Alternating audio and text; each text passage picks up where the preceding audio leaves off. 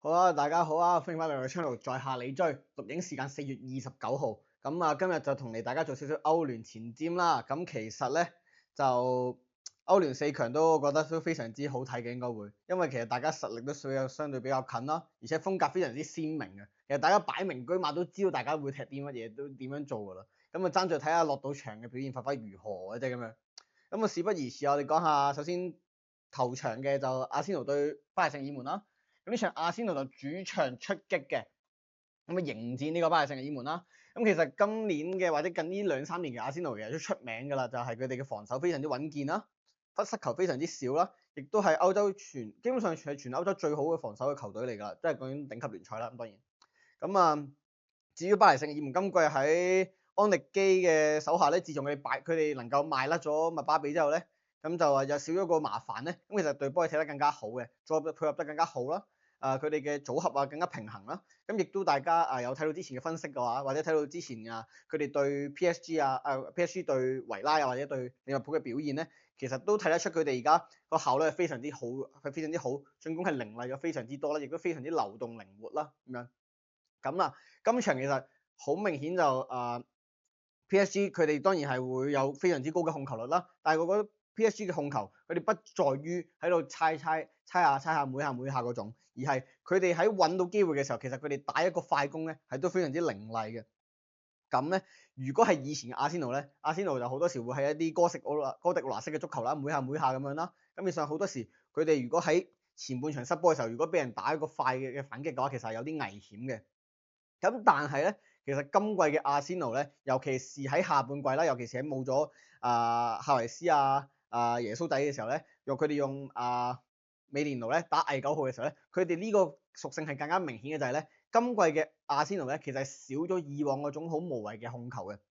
你見到其實佢哋今年嘅控球數據其實比起以往咧係低咗嘅。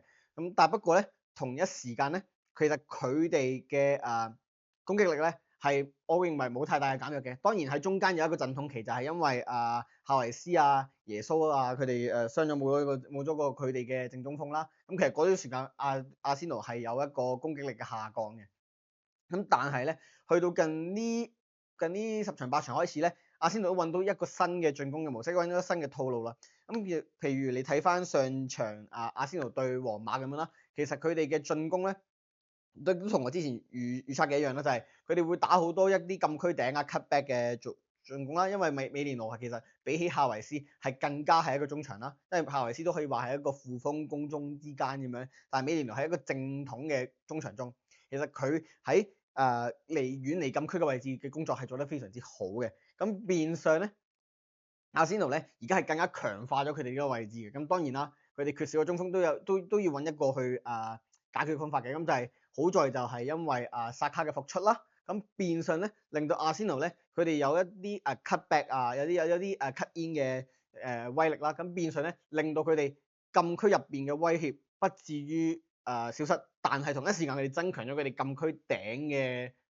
組織能力進攻能力嘅時候咧，其實阿仙奴近期嘅進攻能力咧係對比起季中好差嗰段咧係有所回升嘅。其實我覺得佢哋嘅進攻能力就而家都唔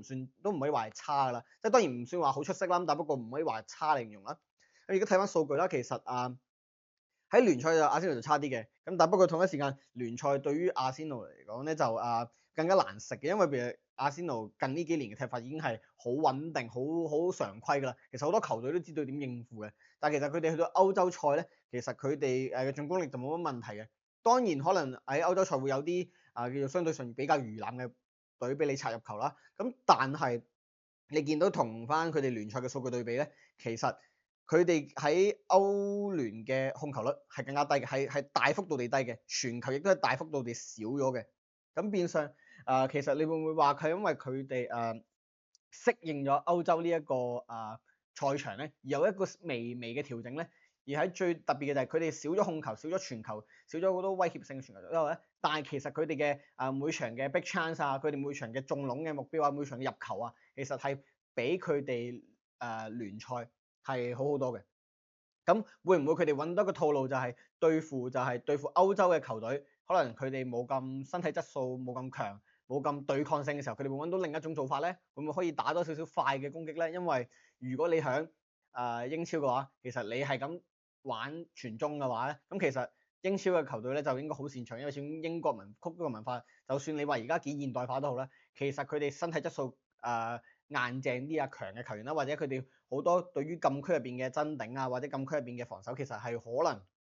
對比起歐洲嘅球隊嚟講係會更加硬朗嘅。咁變相阿仙奴會唔會因為喺唔同嘅賽場作出唔同嘅調整咧？其實我認為係有嘅。因為大家都好明顯見到今個亞迪達已經係有好多唔同嘅微調啦，去用譬如可能更加多嘅係而家會係迪勤懷斯會壓上啊，佢進攻嘅 half space 等啊，其實佢可能倒翻轉頭奧迪加特落嚟幫手組織嘅時候會更加多等等啦。咁其實有好多呢啲戰術細節嘅，咁我相信如果大家即係阿仙奴應該大家都相對上比較熟悉嘅少少嘅時候，都可能會有睇過下佢哋足球咧，其實都會有 feel 到同以往嘅阿仙奴係有少少唔同嘅。咁喺咁嘅情況下咧，其實阿仙奴今季佢哋嘅叫做所謂身後嘅，即係佢哋組織嘅時候咧，佢哋身後嘅空間咧，或者佢哋俾到人哋反擊嘅機會咧，其實相對比以前咧係少咗嘅。咁變相喺咁嘅情況下，我唔PSG 只要佢哋打一個快攻咧，其實佢哋就好容易會落翻去一個俾阿仙奴一個好舒服嘅位置去做防守嘅，因為阿仙奴已經係有心理準備，有預咗會咁做噶啦。咁變相咧，對於兩隊一個咁明顯嘅屬性啦，就係 PSG 好技術流，推進速度好快，前線係非常之流動嘅時候咧，咁我認為阿仙奴今場咧，阿迪達咧，亦都係應該會相對上打翻個比較叫做平衡啲嘅踢法啦，唔會追求特別高嘅控球率啦，但係佢亦都唔，當然佢亦都唔係一個死守嘅球隊啦。咁但係我相對上咧，我認為 PSG 喺呢種戰術體制下咧，佢哋唔會有特別大嘅優勢嘅。咁相反啦，阿仙奴始終自己冇咗個正中鋒嘅時候咧，咁佢哋咧亦都會尋求翻一啲好似之前對皇家馬德里咁樣嘅打法啦，比較多嘅 cut back cut in 啦，比較喺禁區頂做文章啦，亦都呢個亦都係 PSG 禁區頂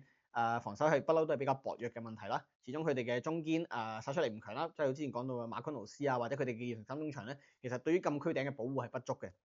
喺咁嘅情況下咧，其實大家都好明顯睇到嗰個今場嘅勝負嘅分野就會喺呢個 PSG 禁區頂嘅爭奪度啦，同埋亦都再睇翻阿仙奴嘅後防咧能唔能夠維持佢哋一貫嘅穩定嘅水準啦。點解會咁講咧？佢哋呢個矛盾對佢今次嘅最大重點，我又覺得佢係佢兩位嘅領袖嘅中堅啊。因為咧其實譬如講先，我應該阿仙奴啦，其實沙利巴喺近呢2-3年自從重返咗阿仙奴，仲係同佢正選之後咧，其實一直都好穩定啊，基本上 keep 住進步都係好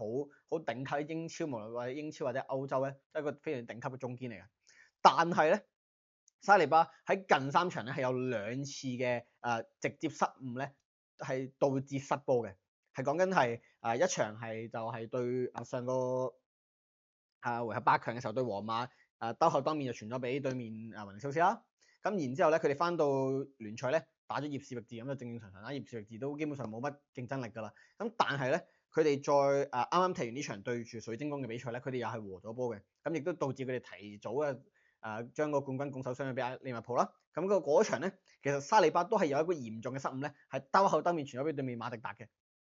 咁會唔會係喺咁嘅關頭咧，去到季尾啊，或者可能喺越嚟越大壓力啊，即係大家知道佢哋得翻歐聯爭嘅時候，會唔會導致可能沙利巴甚至阿仙奴嘅心理質素會比較差咧？因為佢哋嘅近期嘅其實嘅失誤都比較多嘅，只不過就始終佢哋嘅質素仍然喺度啦，亦都佢哋有一個好明確、好清晰嘅框架啦，變相令到佢哋喺好多時候都踢到一個穩定嘅水準嘅。咁但係啦，如果好似沙利巴咁樣，佢連續有2個失誤喎，係3場入邊有2個直接導致失波嘅失誤，其實係好嚴重嘅問題嚟嘅。咁會唔會影響到佢哋今次喺歐聯賽場嘅發揮咧？咁但係同一時間另一邊咧，馬昆奴斯咧，如果大家睇過上條講 PSG 嘅片入邊咧，已經講到話，其實馬昆奴斯近幾年嘅發展咧係令人大失所望嘅，即係大家都以為佢會係下一個世界級嘅中堅啦。當時係跟住泰高斯華學藝，咁泰高斯華走咗，佢出嚟擔正孭起個隊長臂章，諗住佢會成為一個頂級嘅中堅啦，諗住佢會係即係統領住 PSG 嚟緊10年8年啦。但係無論喺近呢2-3季嘅表現啦，或者甚至直接係上次對阿仙奴嘅表現咧，其實馬昆奴斯都係相對上比較遜色嘅。而家評分又唔高啦，亦都佢有好多未必係直接導致失波嘅失誤啦，但係佢對阿士東維拉嗰場咧都有2次嘅失誤咧，導致對方直接嘅射門嘅。咁變相喺咁嘅情況下，防守嘅分野就好大啦，因為PSG 當然佢哋進攻非常之凌厲，但係你見到佢哋對住利物浦其實2回合都唔係入到好多波啊。對住阿士東維拉，其實當佢哋一受壓嘅，佢哋前面入好多波，跟住到第2回合上半場入好多波，但係佢到佢哋下半場一受壓嘅時候咧，佢哋係完全冇任何嘅還擊能力嘅，近乎係。冇記錯嘅話，係對阿士東維拉嗰場嘅下半場啦，咁全部都係阿士東維拉基本上係統治住球賽㗎啦。PSG 應該印象中係得1次或者2次嘅反擊係有一個比較大嘅威脅嘅，其他全部都係大部分時間都係完全受壓嘅。喺咁嘅情況下，如果今次遇到一個咁嘅情況，馬昆奴斯能唔能夠企出嚟幫 PSG 穩定軍心咧？咁我認為都亦都有相當大嘅 concern 嘅。咁而家呢2位防線嘅領袖嘅發揮係點樣咧？係會直接影響到兩隊喺呢個回合嘅結果嘅。因為其實如果你話譬如可能話阿仙奴打一啲 cutback 禁區頂啊，或者PSG 好凌厲嘅前場好流動嘅走位等等咧，其實兩隊都有各自嘅經驗去應對啦，或者佢哋兩隊都各自有佢哋自己嘅優勢咧，去掩蓋呢啲佢哋嘅缺點嘅。咁但係而家最直接嘅問題就係兩個防線嘅領袖有如此大嘅表現嘅落差嘅時候咧，咁會唔會令到佢哋其中一隊咧會提前崩潰咧？因為喺呢場比賽入邊，我認為如果有一邊係防守唔成陣型啦，即係唔係話佢哋要失好多波，但係只見到佢哋可能係好冇組織、好冇章法嘅話咧，係隨時會令到佢哋嘅軍心潰敗，去導致一場大敗嘅。咁我希望唔會咁樣發生，因為都想睇到啲精彩嘅足球。但係另一方面就係兩邊，如果佢哋唔能夠有一個好有系統嘅防守嘅話咧，其實佢哋嘅前場咧，或者佢哋嘅控球、佢哋嘅組織咧幾漂亮咧，其實都係打唔到出嚟嘅。咁就大家拭目以待啦。好啦，尾場咧就會係巴塞隆拿對呢個國際米蘭嘅。咁其實咧，今季響Hansi Flick 嘅手下咧，其實巴塞已經係成為歐洲，我認為目前應該係最強嘅球隊嚟嘅。喺利物浦下半季跌咗之後，其實之前有講就提到巴塞隆拿嘅時候咧，其實都睇到佢哋今季除咗可能上半季嘅尾段有少少不穩啦，因為嗰段時間始終佢哋比較多後生仔，咁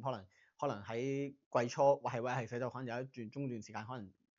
佢哋嘅專注力冇咁好啊等等啊，或者可能係始終年青人嘅嗰個狀態有啲浮動啦。咁但係尤其下半季范基迪莊已經係絕對重返正選啦。跟住然後丹尼奧莫啦，亦都能夠成功都係註冊到出到嚟踢嘅時候咧，其實下半季嘅巴塞咧係 keep 住佢哋無論進攻防守嘅水準咧都係非常之高嘅。咁佢哋亦都係擺脫咗哥迪奧拿式嘅足球啦，冇嗰種每下嘅踢法啦。因為其實以往就算係安力基又好，華維迪又好，可能好多唔同嘅教頭想去改巴塞隆拿嘅時候咧，或者佢稍微可能重返哥迪奧拿嘅嗰條路嘅時候咧，其實都係唔成功。其實今季 Hansi Flick 手下，佢哋就揾到一個喺控球同埋一個進攻效率上面揾到一個相對嘅平衡咧，令到佢哋成為歐洲最強攻力嘅球隊啦。咁其實你睇到進攻數據同進攻數據咧，其實就同國際米蘭咧係兩個大分別嚟㗎啦。咁基本上巴塞全面佔優啦，喺所有進攻嘅數據上面。相反嘅，大家都明白國際米蘭佢哋係唔介意收後慢慢踢，然後揾個反擊1-0打死你就算嘅。咁其實咧呢一場我唔覺得會係一個好一面倒嘅比賽，因為好多人可能會睇高巴塞一線啦。但係其實我覺得國際米蘭嘅實力咧都係非常之頂級嘅，而家喺歐洲入邊。咁其實如果真係巴塞隆拿控住嚟踢咧，其實我又唔見得佢哋會有特別大嘅希望去可以攻陷呢個國際米蘭嘅。咁變相會唔會大家都係打啲比較叫做 transitional football 咧？會希望喺轉守為攻嘅時候咧，轉攻為守嘅時候咧，偷到人哋雞咧咁樣。咁國際米蘭一定係咁做㗎啦。而今季嘅巴塞隆拿其實佢哋打好多長傳啊，佢哋打好多兩翼嘅快放亞馬同埋拉芬拿嘅快放啊，其實佢哋都係打得非常之出色嘅。咁其實呢一個 transition 嘅對決咧，基本上就都係無可避免嘅。單獨嘅就係巴塞隆拿係傾向一個超高位嘅防線啦。佢哋唔介意佢哋嘅中堅壓到極非常之上啦，佢用好多嘅越位陷阱啦，甚至可能喺對手傳個波出嚟之前已經殺咗對方個波啦。咁佢哋會用一個非常之高位嘅防守啦。相反嘅就係國際米蘭，亦都唔介意你慢慢打，咁長傳短傳都好啦，佢唔介意你打到嚟我哋禁區，我哋先再回收球權嘅。咁其實呢啲喺之前嘅分析，大家都會有了解㗎啦，或者甚至可能都唔係話好需要真係好了解佢哋咧，都知道你今季大概嘅踢法同水平係點㗎啦。咁其實就喺呢兩隊嘅防守嘅分野上面咧，只會係一個 positional 嘅分別啦。但係我唔認為大家嘅相對嘅上嘅質素咧會差太遠。但係唯一嘅 concern 就係咧，係咁呢度就係講翻啦，就係啱啱講到嘅巴塞嘅擺脫咗哥迪奧拿式足球嘅影響啦。咁其實佢哋嘅效率非常之好，咁亦都可以，如果大家真係有興趣，可以撳停呢個位睇一睇佢哋嘅數據同上年同今年嘅對比啦。然之後咧，唯一大 concern 就係咧，兩邊都有少少 concern嘅。第一樣就係巴塞隆拿響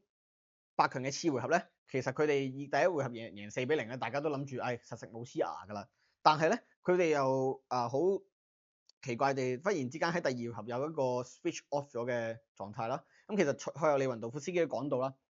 佢呢一場波得次回合佢哋輸咗啦，但係總比賽晉級啦。佢就講到話就係佢哋係忽然之間掉失咗好多控球權，係冇咗一個控制力，係冇一個統治力喺個中場上面。亦都佢提到佢亦都有提到就係佢哋嘅年青嘅球員咧，係唔能夠可能覺得自己贏咗，我哋就踢就8-9成就算咁樣嘅。佢講到明係要每場都要比盡120分鐘。咁佢嘅咁嘅講法係咪真係代表佢哋仲係有一啲可能專注力嘅上嘅問題咧？因為上半季嘅下半段咧，其實都有發生嘅。咁啦，亦都見到就係佢哋其實都有少少驚險啦，即係俾多蒙特嗰邊阿古拉斯連中3元啦。咁變相當時係有少少即係嚇一嚇嘅，咁但不過最尾都順利出線啦，咁冇乜問題嘅，唔算大問題嘅。但係另一個大問題就係佢哋首席射手利雲道夫斯基。咁其實利雲今季亦都就算佢已經去到37歲㗎啦，都差唔多37歲嘅時候，但係佢哋都係非常之頂級嘅數據啦，非常之頂級嘅表現啦，亦都係非常之 dominant，對於巴塞嘅前場進攻係非常之重要啦。咁但係咧，佢喺首回合咧係基本上係鐵定係會缺席㗎啦。次回合亦都相對上有啲擔心佢未必出到場嘅時候，咁利雲嘅缺席會對巴塞有幾大影響咧？咁但係好彩嘅就係喺啱啱完咗嘅國王杯決賽啦，其實巴塞喺冇利雲嘅情況下，用費蘭托尼斯打正前鋒咧，其實佢哋都係順利贏到皇馬嘅。咁雖然話皇馬今年唔係好強啦，咁但係都始終都係國家打比，始終都係皇馬。咁即係睇嚟佢哋嘅狀態都係尚算係唔錯嘅，佢哋踢出嚟嘅表現都係唔錯嘅。巴塞咁就貪心就唔需要太過大啦。相反咧，國米咧就比較令人擔心啦。其實佢哋已經4場不勝㗎啦，如果連埋歐聯嘅話，亦都係3場嘅意甲咧係全敗嘅，唔係2場意甲1場意大利杯啦係全敗嘅，喺意大利國內全敗，入咗喺3場入邊冇入過波，失5球，其中2場都係失1球啦。咁就先就係打博洛尼亞啦，係90+4嘅，係俾人絕殺嘅。咁然後打羅馬嘅聯賽咧就啱啱踢完嘅。咁就其實咧，佢哋都係早段就失1球咁樣。其實你話佢哋係咪冇威脅、冇進攻性咧？咁其實唔係嘅，但係就偏偏係就係臨門嗰腳差少少咁樣。咁會唔會呢個成為國米嘅隱憂咧？因為佢哋之前倒翻轉佢，之前佢哋出名嘅就係反而就係佢哋嘅見血封喉，一刀就搞掂你咁樣嘅。咁而家佢哋把握力忽然之間下降咗嘅時候咧，會唔會對於佢哋爭冠嘅路上有好大嘅危險咧？因為其實啱啱喺意甲輸咗俾羅馬之後咧，其實佢哋已經係掉失咗3分，咁全失3分㗎啦。咁然後咧，而家同佢哋同佢哋爭緊嘅拿波里咧，其實已經係同佢哋踢同場數，然後領先佢哋3分嘅。咁喺有一個咁嘅心理陰影情況下，再加上佢哋仲要喺意大利杯俾米蘭炒鑊金 ，AC 米蘭炒鑊金嘅，因為其實今季 AC 米蘭其實唔強嘅，都係排緊6、7、8位嘅，多數都係而家都慢慢殺緊上嚟，即係想爭翻個歐戰席位嘅啫。咁喺咁嘅情況下，國際米蘭佢近期嘅受壓似乎都比較大啦。咁如果佢哋唔能夠及時就狀態回升咧，咁其實對於挑戰巴塞嚟講咧係有少少困難嘅。咁但係好在嘅就係大家都睇到就係利雲嘅講法又好啦，又或者係佢哋巴塞上半季嘅有少少嘅不穩啦。